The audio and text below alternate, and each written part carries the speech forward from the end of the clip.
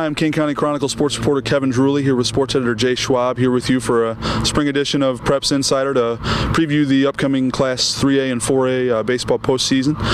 Jay, in 4A we've got the possibility of a couple Tri-Cities meetings and regionals, whether it be Geneva and St. Charles East or St. Charles North and Batavia. What do you think? I know the Respect All, Fear None Bulldogs are having a season, and St. Charles East also, so how do you kind of see those things in 4A? Yeah, Batavia has really been, I guess, the surprise team in the area, if you want to call it that. You know, a conference championship season that probably not a whole lot of people would have forecast at the start of the year. But to me, Batavia is just a really solid team. They don't necessarily do anything excellently, but they're a well-rounded, balanced team. They have a lot of good elements, and clearly they've got good chemistry this year, playing well together. I guess the question for Batavia is they've got some very good pitching. Horton, 8-0, I think, and Shanahan.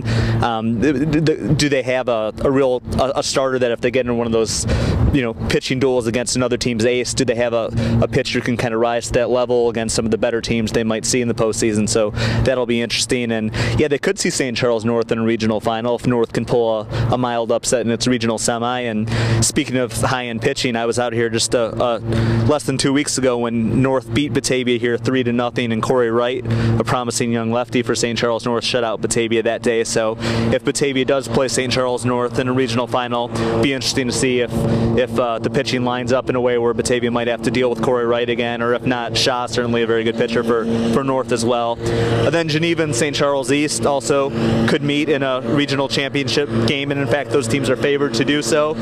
You wouldn't have thought it at the start of the year necessarily, but you would have to say that the pitching advantage in the postseason format probably would go to East.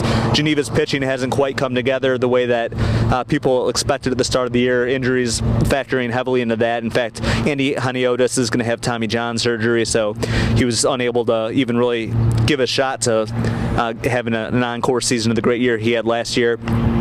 You have to really give the Vikings some credit for being resilient with the things they've had go wrong, some of the guys that they've lost during the course of the year, for them to be over 500 and actually hitting the ball pretty well. They're certainly still a threat in regionals.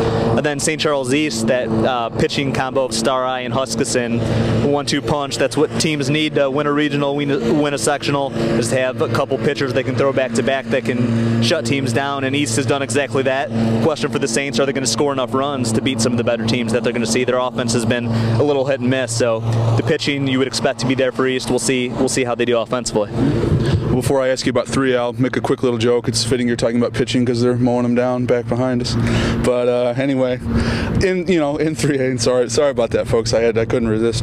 But you've got Canelan, certainly a recent pedigree with strong success. Struggled in the conference, but have had some good non-conference wins down the stretch. Burlington Central coming around, some parochial schools that we cover, the St. Francis's and Marmions also doing well down the stretch. So how do you handicap there, that end of it?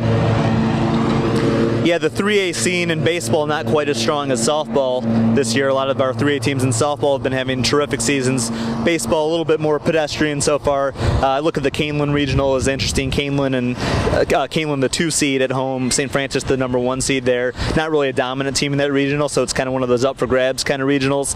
Pitching has really been Canelan's strong suit, but kind of like St. Charles East, and even to a greater extent, the Knights have struggled to score runs this year. So I know Coach Aversa was kind of looking forward to the very end of the season here where they could actually get a couple practices in, get in the cage a little bit, try to smooth out those swings a little bit, because you can only win 2-1 and 2-0 so many times. So if the Knights can generate some offense, or if a team kicks the ball around against them a little bit, they certainly have the pitching to win a regional.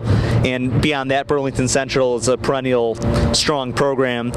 You would think that they'd at least be a threat to win a regional, although their talent level isn't quite what it's been the last few years. Well, as always, we thank you for joining us on Preps Insider. Thanks for watching, and we'll see you out at the field.